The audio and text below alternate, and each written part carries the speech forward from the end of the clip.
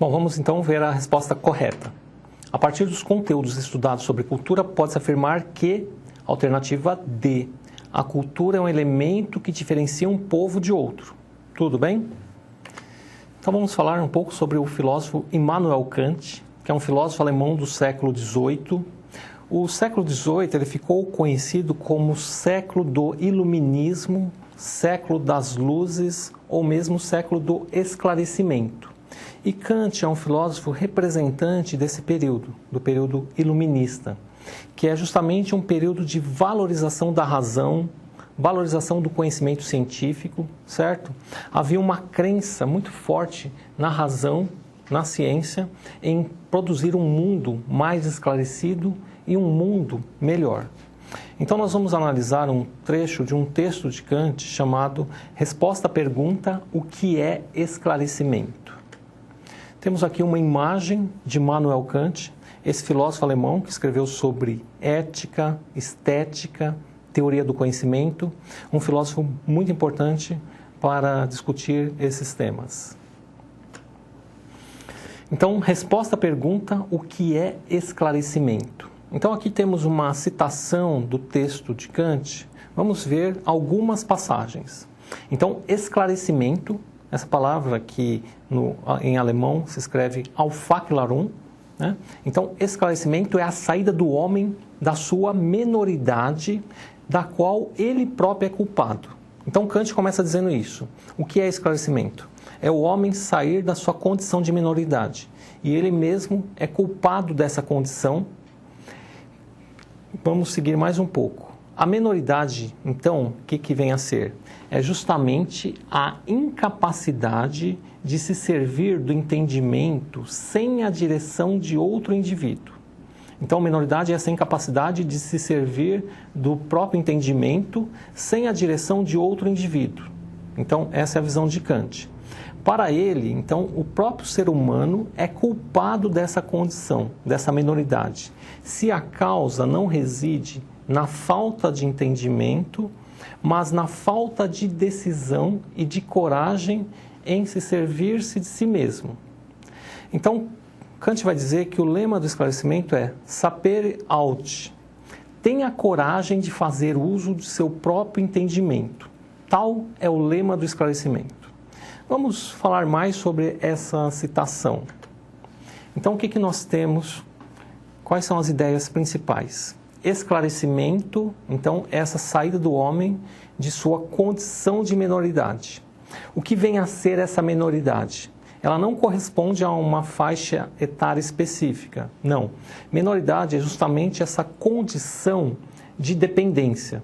É ficar na dependência de outra pessoa. É não pensar por conta própria e seguir aquilo que os outros mandam. Qual que é o lema do esclarecimento? Ousa saber, ouse pensar. Tem coragem de fazer uso do seu próprio entendimento. Não vá pela cabeça dos outros. Pense por conta própria, certo? Então Kant vai dizer assim que o próprio homem é culpado por essa condição de dependência. E quais são as causas? Kant aponta duas principais causas: a preguiça e a covardia. Muitas pessoas pensam assim: é tão cômodo ser menor, é tão cômodo apenas obedecer.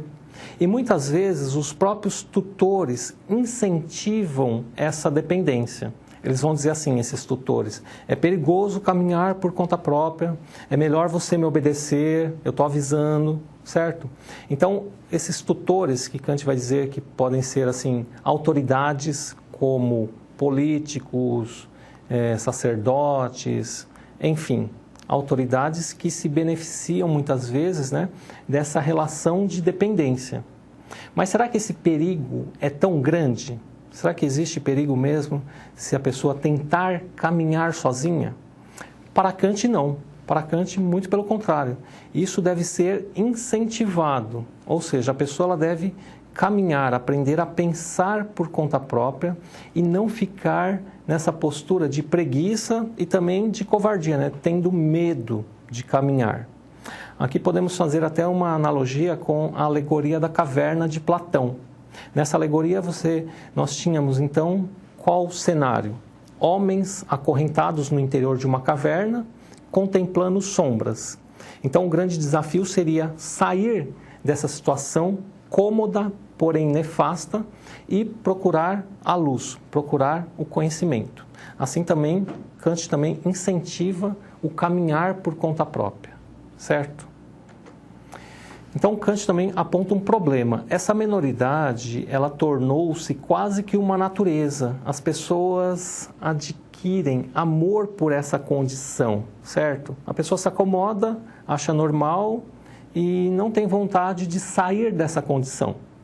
Para Kant, a condição para que um povo se esclareça é justamente a liberdade. É poder fazer uso público de sua razão em todas as questões. Ou seja, implica que a pessoa possa pensar e falar, certo? Publicamente o que ela pensa, sem nenhum tipo de coerção. Impedir o esclarecimento é ferir um direito da humanidade. Então, na visão de Kant, esse processo de esclarecimento deve ser incentivado e não deve ser limitado. Liberdade pressupõe pensar, escolher, decidir, não é mesmo? Para muitos, torna-se um problema e não um privilégio. Eu pergunto, pensar dá trabalho? Para muitas pessoas, sim, porque implica você pensar, decidir e agir. Então, muitos preferem não pensar. O filósofo Ernest Cassirer afirma que renunciar à liberdade é pior que aceitar o feitiço de Circe. Então, quem foi Circe? Veja aí, uma feiticeira que Homero, na sua obra Odisseia, relata que Ulisses e seus marinheiros foram parar na ilha de Circe. E Circe, então, atraiu os marinheiros com uma bela canção e depois transformou os marinheiros em animais dóceis. Então, Cassirer diz, renunciar à liberdade é como se você aceitasse o feitiço de Circe. É regredir à condição animal, né, de agir apenas instintivamente e apenas obedecer. Abrir mão de pensar e decidir, certo?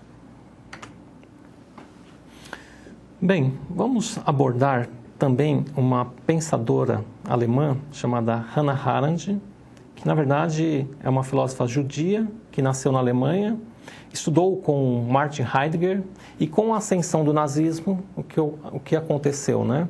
A Hannah Arendt teve que sair da Alemanha, ela vai para outros países até ir para os Estados Unidos, onde passa a morar e se naturaliza norte-americana.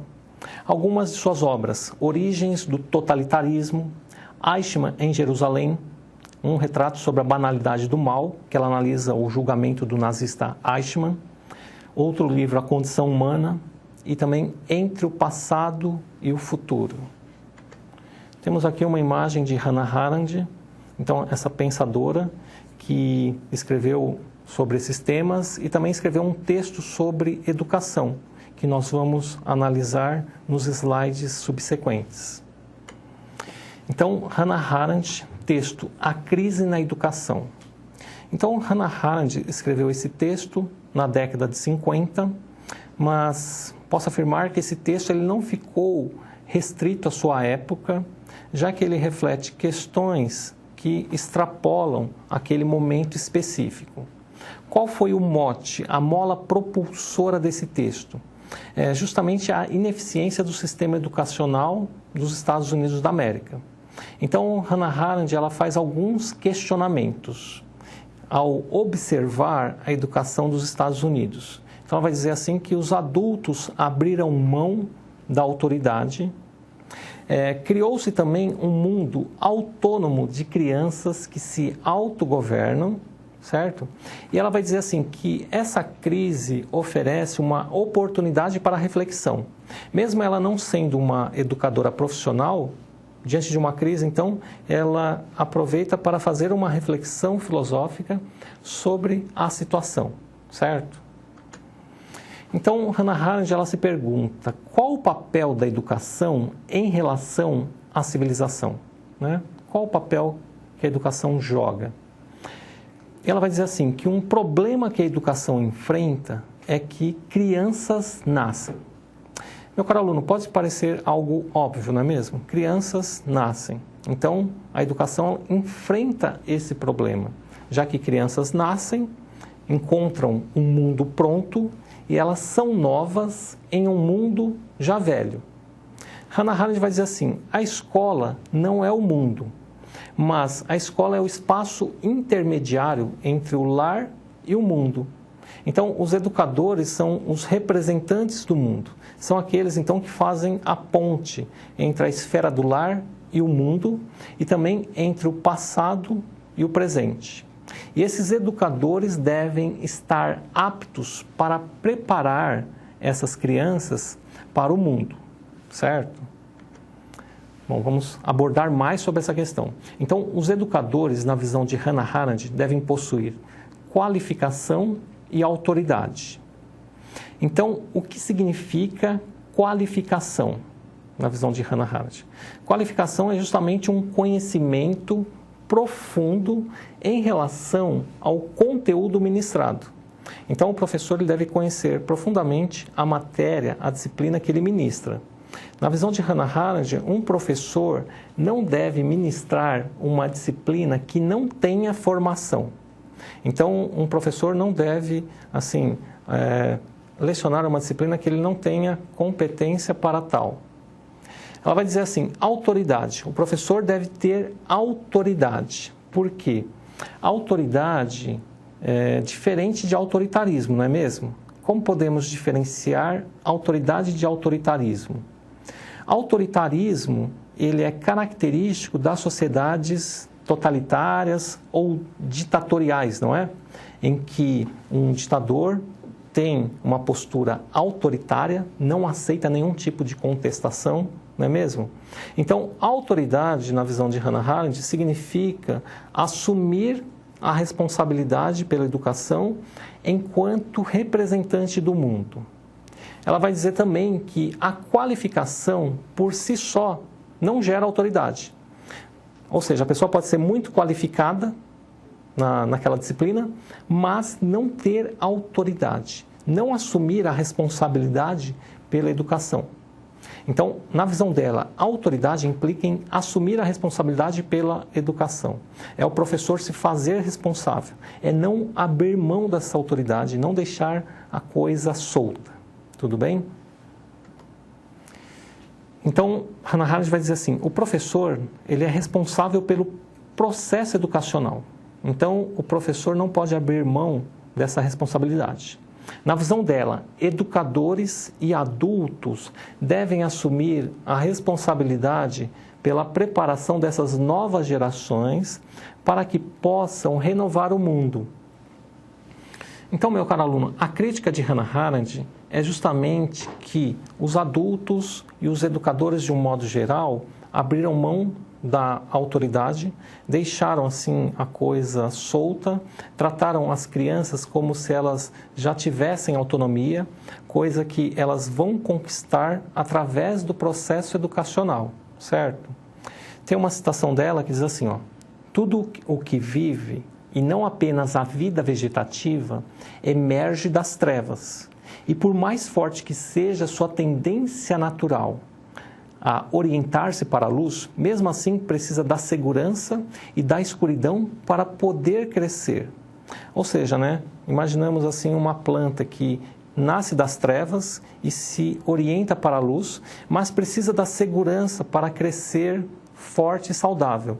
Assim também uma criança, ela deve ser criada com segurança e autoridade, para que após o processo educacional, então ela adquira a autonomia, a capacidade de pensar e agir por conta própria, que ela tenha então aí uma autoridade própria, certo?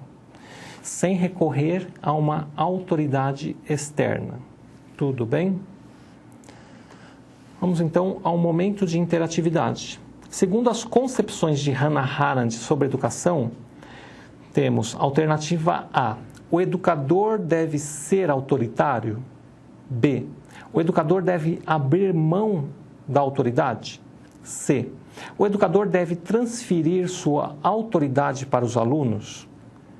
D. O educador deve ter autoridade?